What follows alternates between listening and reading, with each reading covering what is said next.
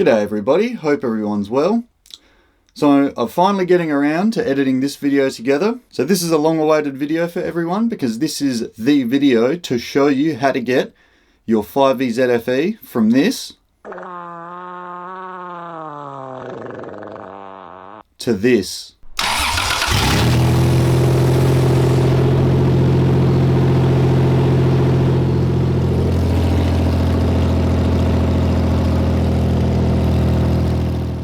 So this video is going to entail everything you need to know wiring wise for the engine. I've put up 2 other videos showing how you take the old 3VZ out and you put the 5VZ in. So we're going to tie everything off in this video with all of the wiring required. And I hope everyone enjoys it and I hope it's really helpful. So we're going to get straight into things. So first things first, make sure you go and watch my 5VZ background information video. So in this video I talk about all of the parts that you need to pull from the donor car, in this case the donor car being a 5VZFE Toyota Prado. In that video I tell you to get the engine as well as the engine wiring harness or the engine harness. The reason for this is if you get a 5VZ engine but then you get a wiring harness later on down the track, there may be slight differences or discrepancies in the harness that the factory changed throughout the engine's production series. So it's much easier to try and get an engine and a harness at the same time. And as well as that, getting a harness with the engine makes things so much easier because all you have to do is worry about the body harness connections to the car itself. So the body harness contains things such as the wires for the fuel pump, the tacho and the speed sensor if the engine has a electronic or a digital speed sensor.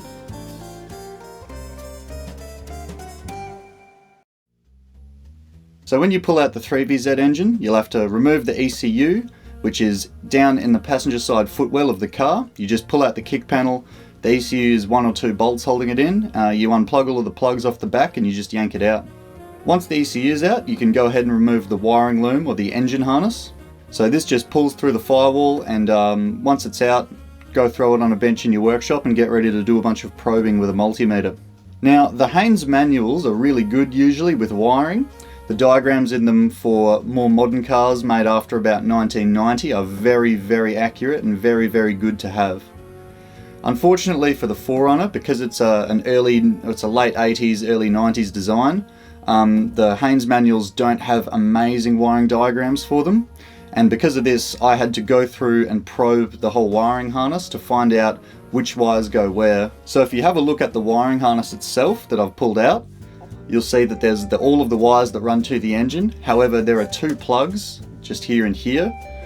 These ones will plug into the main harness, which is the wiring harness throughout the body of the car. And these will take certain signals or certain things from the engine bay to the rest of the car. So I do have to find out what these are because we are going to need to splice into these to get the 5VZ running. So I probed the whole harness and I came up with the wiring diagrams for the pins on the main body harness connections of the 3VZ loom.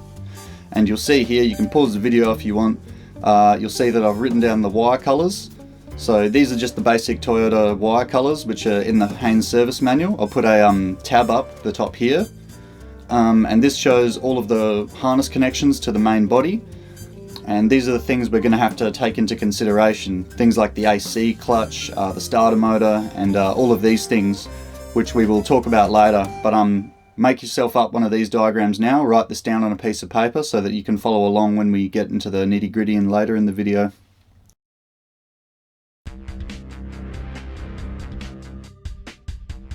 So first things first, when we're wiring in this ECU, we're going to have to give it power. All the ECUs that I've worked with require a 7.5 amp fuse in line, just in case they draw too much current. So the ECU on the 5VZ does actually need a 15 amp fuse in line. This is because that 15 amp fuse feeds the power to the ECU, but then a few other things as well. Because of this, the fact that the 5VZ ECU in the wiring diagram at least needs this slightly larger fuse, I just used a 7.5 amp fuse from the factory power wire in the 3VZ and it seemed to work fine. So that one's just going to get connected up to this wire here, the B+, this is the battery plus. This is the switched ignition source because there is also one here, BAT, and this is a constant power feed from the battery so that even when the engine's shut off, there's still some power to the ECU which stops it completely powering down and wiping all of its internal memory. The next wire that we're going to have to feed power to in order for the engine to start and ECU to run properly is the NSW wire. So NSW stands for neutral start switch. This is for automatic motors only, and what this does is this won't let the engine start unless it is either in park or neutral position on the shifter. The NSW wire on both the early and the late ECUs are a black wire with a white stripe on it.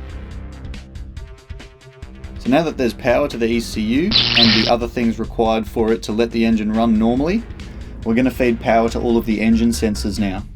So all of the engine sensors are fed by what you'd call a bus wire or a main power wire that tees off to deliver 12 volt to all of the various engine sensors. So the 5VZ loom itself, it has one power wire, a brown and a red one, running just for the fuel injectors, and this one has a 50 amp fuse in it. It also has another brown wire which has a 30 amp fuse, and this feeds the ignition coils. And then it has the black wire which feeds all of the engine sensors and the ECU itself with power. Now this is rather strange because you've got this 50 amp fuse, then you've got a 30 amp fuse, and then you've got the 15 amp fuse for the other ones. However, what I did was I tied these all together to the same 12 volt power supply from the 4runner, and this only had a 30 amp fuse in line, and yet I didn't pop the fuse at all. It's a bit strange because you'd think that if you've got a 50 amp fuse, you'd have it for a reason, you know, like you'd be drawing enough current to deem that necessary in the wire.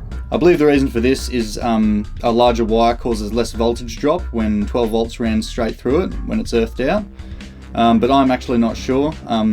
Either way, as you can see on screen, this diagram is how I ran it. I just connected all of the power wires together from the 5VZ loom to the 30 amp fused power wire from the 4runner loom. Okay, so now that the ECU has been given power and all of the sensors in the engine bay have been given 12 volt power, we can now move on to the second most important thing required to get the engine started, and that is fuel. So in most cases with electronically fuel injected engines, the ECU will act as a low side and earth out the relay that allows the fuel pump to come on. Now the reason you want this is that fuel pump should only turn on when the engine is running or cranking to start. Now the reason for this is if your engine turns off or if you're in a horrible car accident, this stops your fuel pump from keeping running even if the engine turns off. So this is just a safety thing, so you know, you crash, your engine turns off, there's a massive fire, you don't want your fuel pump just pumping all of your fuel onto that fire, because I don't need to explain why that's a bad idea. So the way that the fuel pump works in the 4runner was a little bit more complex. I actually hadn't seen this before because this is an older model or an early iteration of electronic fuel injection that Toyota developed. So the way this one worked, I couldn't verify from the Haynes manual how the fuel pump was earthed out. So I got under the car, I peeled the loom that went towards the fuel tank and found a blue wire. So I had to cut this blue wire and do some continuity, but I traced this blue wire into the passenger side footwell to the fuel pump relay, which is this one here. So this here blue wire is the one that runs to the fuel pump, and then this one here, the green and yellow wire, is the one that controls the fuel pump. So this green and yellow wire ran into the loom. I was probing around with a multimeter to find this, but instead of running to the back of the ECU, it actually ran to the MAF sensor. And so the way that this system worked was the MAF sensor, as soon as the door inside it that you can see here, as soon as it opened the slightest bit, this would earth out the fuel pump and allow it to come on. So this is the same kind of setup. So as soon as you crank the engine, it starts making vacuum, it's going to pull this MAF door open and allow the fuel pump to come on. But as soon as the engine stops running from any reason, it's going to turn the fuel pump off automatically. So this green and yellow wire here, this one needs to be spliced into the 5VZ wire here, the FPR1 wire. This is a red and white wire, and this is the wire that acts as the low side for the fuel pump in the Prado. Now the reason you've got FPR1 and FPR2 and these other two here is because in the Prado the ECU controls both fuel pumps, and there is a switch that allows you to turn on the sub-tank, which has to be intercepted and changed by the ECU itself. So we don't have to worry about that. All you need to worry about is FPR1 here. While we're on the topic of fuel, we'll talk about what I did for the fuel lines. So for the 3VZ, running along the body of the 4runner, there's a supply line that has a large diameter banjo bolt, you can see here. So this was the next size up from the banjo bolt that's used on the 5VZ engine. I believe the one on the 5VZ is an M14, whereas this one's an M16. So I decided that the easiest way for me to run the fuel line, the supply line at least, was to cut just before where the banjo bolt fitting is. This would give me some straight steel section of pipe, which I'd be able to push some rubber fuel line onto. Luckily, both of the fuel tube sizes were the same, so I'd be able to cut both, put them end to end with a rubber fuel line connecting each, and then use some hose clamps to tie them together. I ended up using an extra long piece of fuel hose and 2 hose clamps on either side. Some people are a bit worried when they use fuel lines with rubber hose. I've never had an issue. Keep in mind though that fuel line, or rubber fuel line rather, does perish, so it does have a use by date. This is because as time ticks on, the heat cycles it goes through, potential UV exposure if it's in direct sunlight, and just vibrations from the engine's operating can degrade the rubber components. So keep that in mind. It's a good idea to change your fuel lines, your rubber ones at least, every 2 years maybe. I've just pulled the engine out of my Hilux and I've noticed cracks in my rubber fuel lines, so yeah, do keep that in mind. The fuel return was much easier. All I had to do was cut one piece of metal pipe, which I was able to hose clamp with, and then run rubber fuel hose straight to the return on the 4runner body. Do keep in mind, however, this fuel line is going to run over where an exhaust manifold is, so make sure to keep it far out of the way of this. Otherwise, your fuel hose might touch the manifold and melt. So now that we've covered power to the ECU and the loom, and we've also covered fuel, the third thing that we're going to have to cover now, and the very important thing, is the Immobilizer system. So I talked briefly about the Immobilizer in the background information video I made. I suggest you watch this, as it gives you a bit of sort of insight into what this job will entail and how much time you're looking at the job taking. If you have the late ECU, this design will completely negate the need for the security ECU, the separate box. So I will put the wiring up for this, but all of the information here is going to be more towards the early ECU because that's the one that I worked with and that's the one that I know my wiring system will work with. So the security ECU gets a 15 amp fused wire straight from the battery. This is so that it doesn't power down completely when you take the key out, and it remains active so that if someone comes along and tries to steal a car, it's going to know what's going on. Next, it's going to get a switched ignition wire with a 7.5 amp fuse in it. This will kick it to wake up and get ready to receive a signal from the key reader ring. And then, as I said, you'll need the key reader ring. So if we look here on the wiring diagram, you'll see that there's these set of wires that goes to the key reader ring. Now it's really easy if you can pick the parts off the donor car yourself, rather than get someone to do it, because they may cut the wires and make it difficult for you. But if you take all of the connectors and the pigtails, which are just cut wire ends but with a little bit of length for you to work with, it'll make it much easier because you can match up wire colors and you can make your own connections to how it would be from the factory. And the 2 wires that we're going to pay most attention to, which go to the ECU itself, these 2 wires are the purple and green wire and the brown and red wire. So these 2 will transmit a frequency signal to the ECU, which the ECU matches up with, agrees with, and then allows the engine to start. So the Haynes manual doesn't actually show where the IMI and the IMO wires go to on the plug. I believe the reason for this is security and safety, so that a criminal can't just buy one of these manuals, identify these wires and then bypass them. So what you've got to do is you've got to go through the plugs on the diagram here, look at your plugs and look for the 2 outliers of the wires that go to the blank spots that you can see here. I also believe that the wire colors identified in the manual were different as well. So what I did in this case was I went through all of the wires coming out of my security ECU and then found the 2 outliers and I ran them to their respective colors. So this is a bit annoying and could cause a few headaches. So if anybody has trouble with this, feel free to message me on my Instagram account. I'd be happy to help out. I'd feel the same for the late ECU. It would be 2 wires running to this same plug here, running to some of the blank pins. So this white and black wire here, I just left because it doesn't need to go anywhere. However, this other one here, the yellow one, and then the purple and green one here, I did earth out because that simulates them having their relay closed and allowing their security ECU to work properly.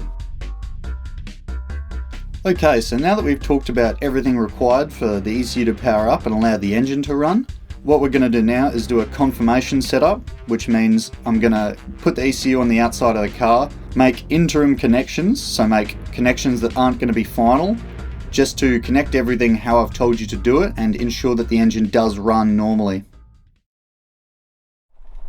Alright, so let me talk everyone through my setup.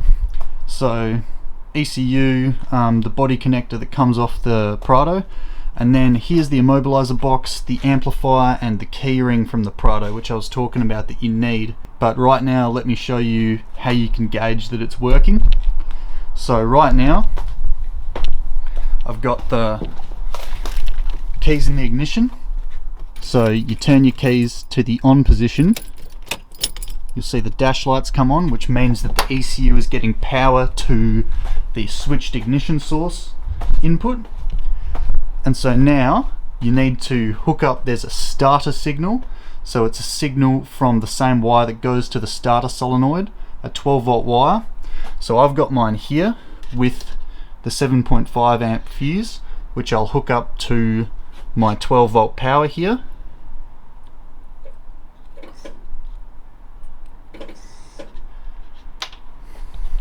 And you can hear the thing coming on, the fuel pump coming on. Well, I'm going to go for a test run. So I really need to redo the coolant hoses. You can see down there that one's kind of kinked, so I'll get a new one for that tomorrow. So I cranked it a while ago, the other day, and it spluttered, which means it has spark. So I'm going to crank it and run it for about 10 seconds if I can. I want to verify that I'm able to take the start switch off, because one of these wires here is the start wire, and what that does is that primes the fuel pump while you're cranking the motor, and then as soon as your key comes off the start position, that stops the signal to the fuel pump, and then the ECU automatically low sides the fuel pump and will control that. So I've got the Immobilizer key in, and I've got my hose ready in case everything catches fire, and I've also hooked up the coolant temperature gauge, so that should work now.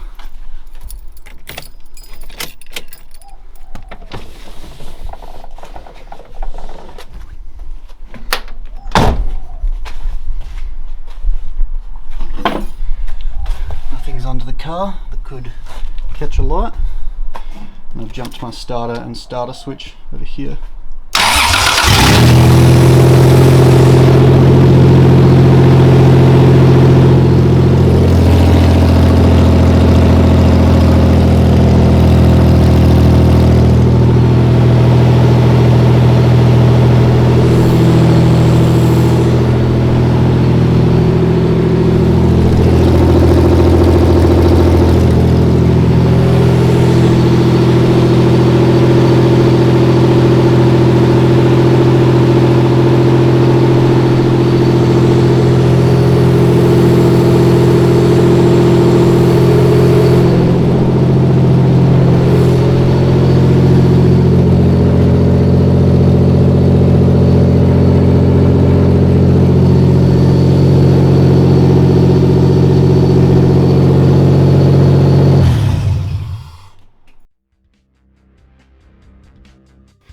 Okay, so now that we've got the engine running and the hard work's behind us, and we just have a few more things to connect up before the car's ready to run and ready to drive.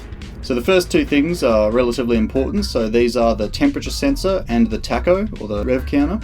So the rev counter, it takes the blue wire that comes off of the igniter module. All the igniter does is act as piloted relays to earth out each ignition coil. This is because the ignition coils take high amperage or draw a lot of current from the battery, and if you try and earth this high current straight through the ECU, you'll probably blow the thing up like a big potato in a microwave. As well as that, with the tacho, you've got to take the whole gauge cluster apart, take the back off it, and then solder on a resistor onto the tacho. I believe this is because the 4runner uses a single ignition coil and a distributor, whereas the 5EZ uses 3 individual ignition coils, which may change the frequency that goes along the wire. Next, we're going to tackle the temperature sensor. So the temperature sensor is fairly simple in this case. All you have to do is splice this one straight into the loom where the factory temperature sensor would be for the 3VZ. I did this and I didn't experience any issues. The temperature read fine at cold and operating temperature. You can also go ahead now and connect the charcoal canister. All this one is a solenoid that's supplied 12 volt directly from the loom somewhere. And all this does is connect to the ECU to this wire here. As I spoke about in the other video I made, all the charcoal canister does is send some of the evaporated gasoline fumes into the intake to stop them getting sent to the atmosphere and damaging Captain Planet. Lastly, what you've got to do is you've got to hook back up the four-wheel drive position sensors as well as the reverse switch. So here's where things do get a bit more complex as well. So this 4runner that I've been working on, it's had an ADD delete. I believe ADD stands for automatic diff disconnect. This system was developed by Toyota for these 4runners. If you don't have the manual hubs, having been swapped onto your 4runner, you'll have the ADD system. You can also identify because the diff itself has this actuator on it which disconnects the drive shaft with a selector fork in it. This is piloted by a vacuum system which is piloted by vacuum solenoid valves controlled by the ECU. So all of this has been disconnected on my one, so I didn't have to worry about this. If you do have a 4runner that has this system still installed, first things first, I suggest you get rid of it because manual hubs are way better. Second of all, what you can do is you can just peel the original 4runner loom from the 3VZ and keep those wires separate to the new engine loom that you're going to run for the 5VZ. Again, if you have any issues with this, feel free to contact me. So for the reverse switch and the four-wheel drive sensors and the speedo, you'll have to identify each plug. So the best way to do that is to wrap some sticky tape around them and label them. Or you could even take photos of the plugs before you took them off the drivetrain underneath. Then you've got to identify which pins they come out from the body harness connections. So the way I did mine was I just ran some wires straight from the body harness connections through the floor to where the reverse switch and the four-wheel drive sensors were. All I did was I just drilled a hole through the body right next to where the shifter goes through the floor. I painted the hole over.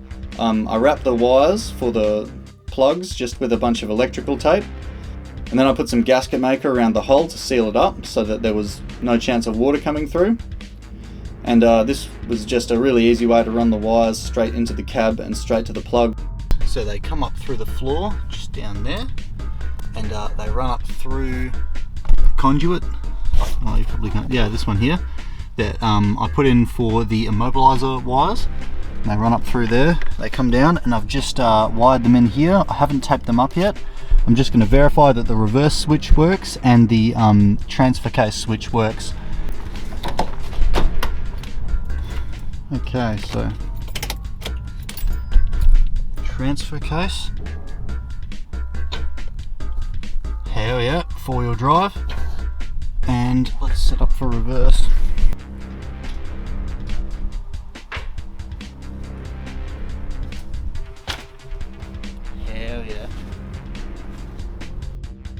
Alright, so before anyone says anything, yes, I did not hook up the check engine light.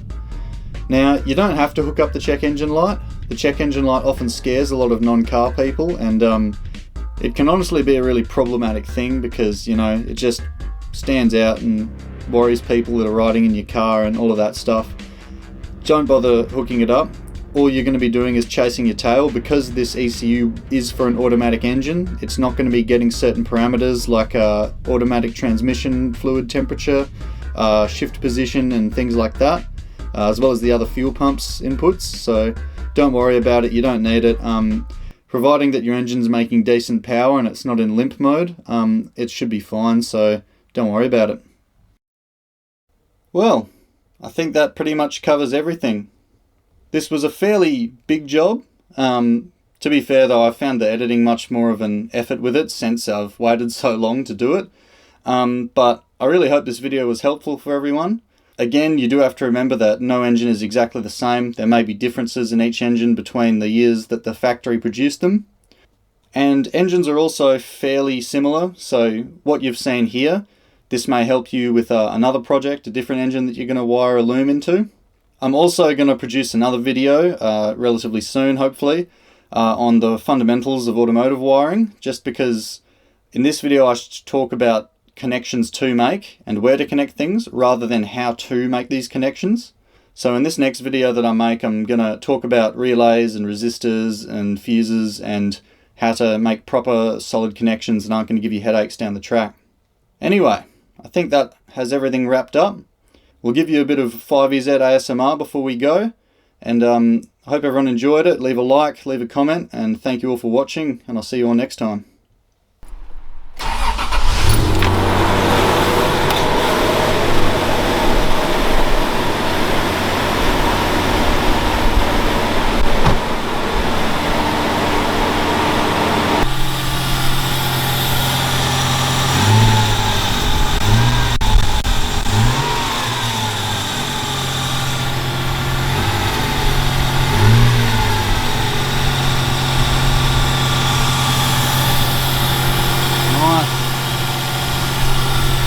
Oil pressure looking.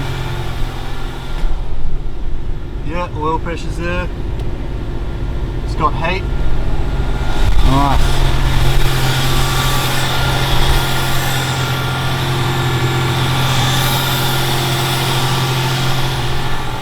Right, hopefully it'll stop blowing smoke in a minute, just because it's heating up.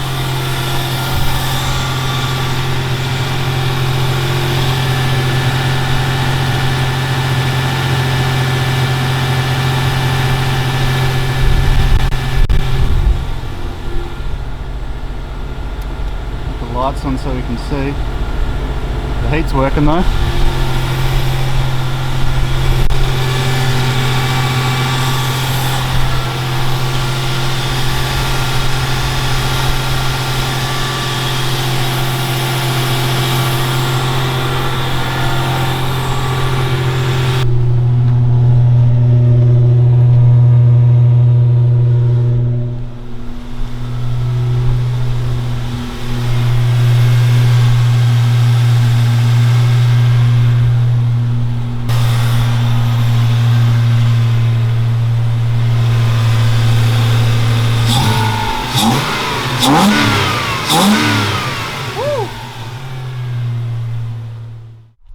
Well, the car's all finished now. It's ready to get back to the owner.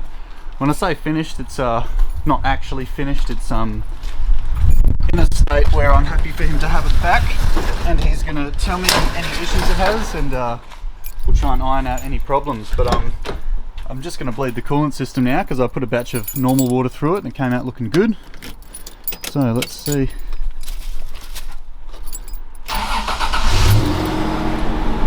Put the heater on full.